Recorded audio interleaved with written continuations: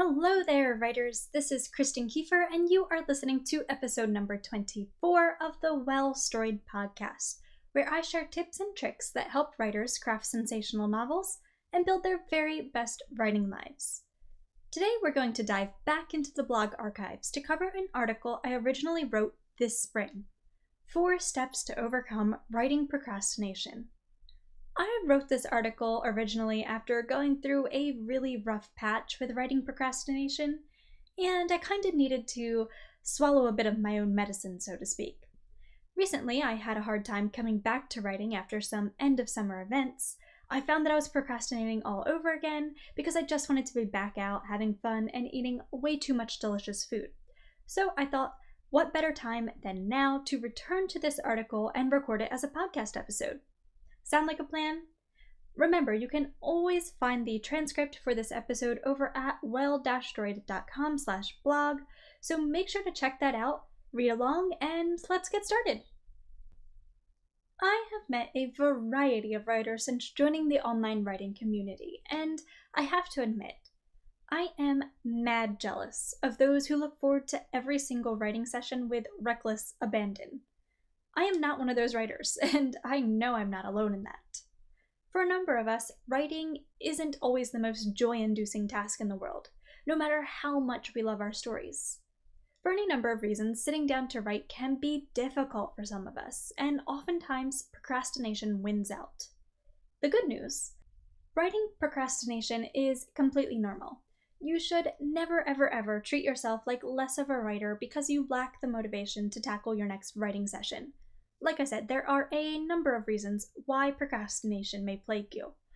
We are going to talk about each of those reasons today, as well as how to stop procrastination in its tracks. So let's get going. First, let's just kick it off by talking about the many causes of writing procrastination. A few weeks ago, I was perusing the nonfiction shelves at my local library when I came across a book called The Productivity Project by Chris Bailey. Being that I often struggle with productivity, more often than not because of depression, but that's a story for another day, I decided to see what Bailey had to say. And one of the biggest topics Bailey covers in his book is procrastination. According to Bailey, there are 6 reasons why people may procrastinate a task. Because it's difficult, because it's boring, because it's frustrating, because it's unstructured or ambiguous, because it has no personal meaning, or because it has no intrinsic reward. All of those reasons can be applied to why we procrastinate writing. Sometimes writing is difficult. We hit tough scenes, or we don't know how to overcome a plot hole, etc. Writing can also be boring, especially when we're working on necessary but unexciting scenes or trying to get through line edits, right? And when we're working through difficult scenes or facing a tough edit, writing can also be quite frustrating. Without a plan, we also lack direction, which leads to unstructured writing sessions that only frustrate even more. And finally, completing a full manuscript, or even just a single draft, is terribly time-consuming, which can wear down the personal meaning and the intrinsic rewards, such as a sense of accomplishment and progress, satisfaction and purpose, that usually bolster our motivation. But I'd also like to add one more productivity killer to Bailey's list: doubt. Perhaps a lack of confidence in our skills or the value of our stories would fall into the no intrinsic reward category, but doubt is such a major factor in so many writers' lives that I thought it was worth a mention all its own. And if doubt is something that you also struggle with, I encourage you to check out the article that I've written over on the Well Storied blog. Head on over to well-storied.com/blog, search for doubt, and it should pop right up. Now that we have a clear understanding of what causes procrastination, it's time to break down how we can overcome it the next time our will to write seems to have hit the highway. So, how do we overcome writing procrastination? There are 4 steps in particular that help me overcome procrastination in my own writing life, and today I'm going to share them with you. But first, I want you to ask yourself if you're truly passionate about the project you're working on. Because if you aren't, these 4 steps are never going to work. And besides, why waste time and motivation on a project you don't enjoy when you could be working on something you love. Don't ever be afraid to set aside a project that just isn't the one for you.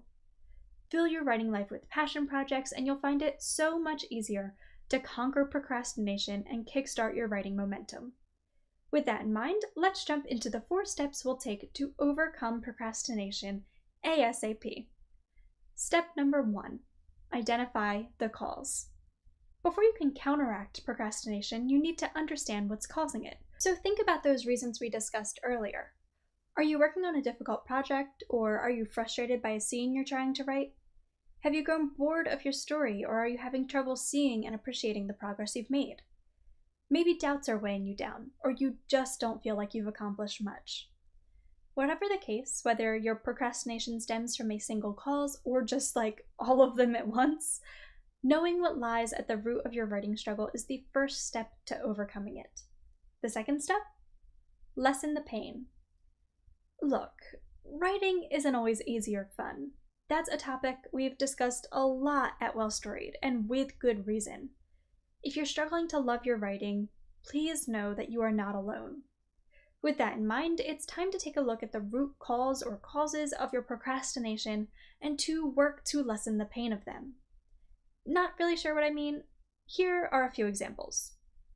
If writing is difficult, reward yourself with something special at a specific milestone. Might I suggest a cookie or 2 for every 500 words written? That certainly works for me. If your writing is boring, try switching back and forth between your current boring task and something more exciting, such as creating Pinterest storyboards or writing a fun action scene.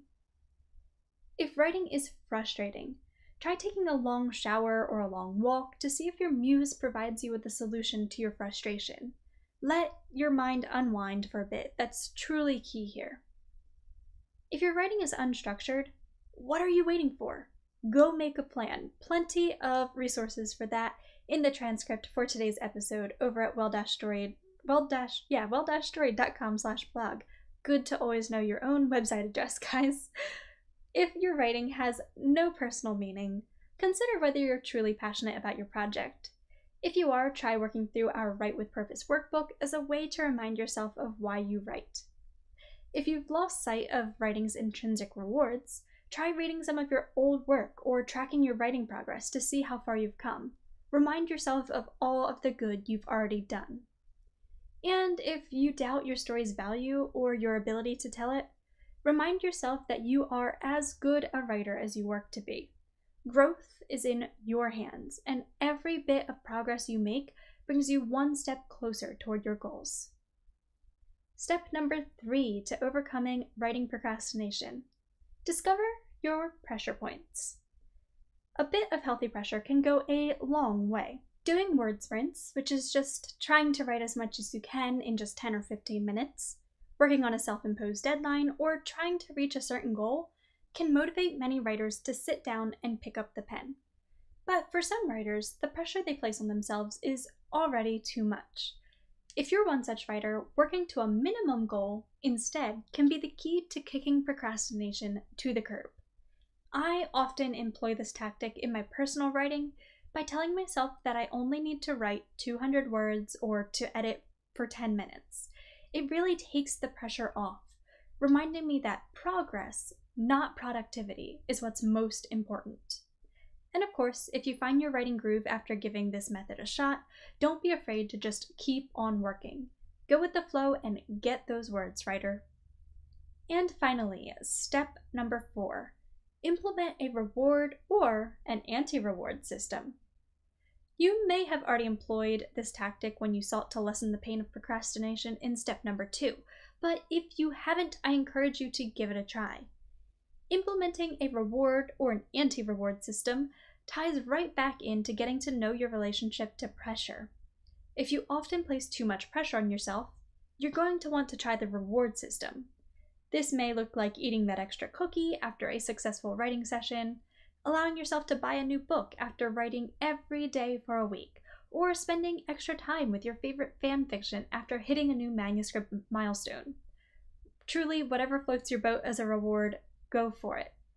However, if you do respond well to a little healthy pressure, I encourage you to try implementing an anti-reward system instead. In other words, try using the risk of a quote-unquote punishment to motivate yourself to write. For example, you may put the $10 you're going to spend on a new book into savings instead if you don't reach your writing goal. Or you may deny yourself that delicious cookie or a few extra hours snuggled up with a Darcy fanfiction. Whatever the case, the thought of not doing the things you love just might light the fire under your bum that you need to get your fingers on that keyboard and to write. At the end of the day, overcoming procrastination does look a bit like Nike's "just do it" mantra, which is certainly hard for us procrastinators to actually put into action.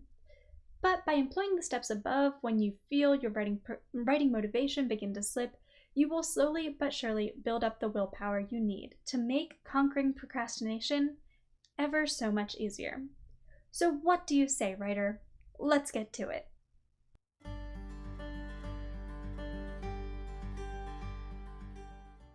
Whew, writers, thank you so much for listening in today. I hope you enjoyed this episode as much as I enjoyed sharing it.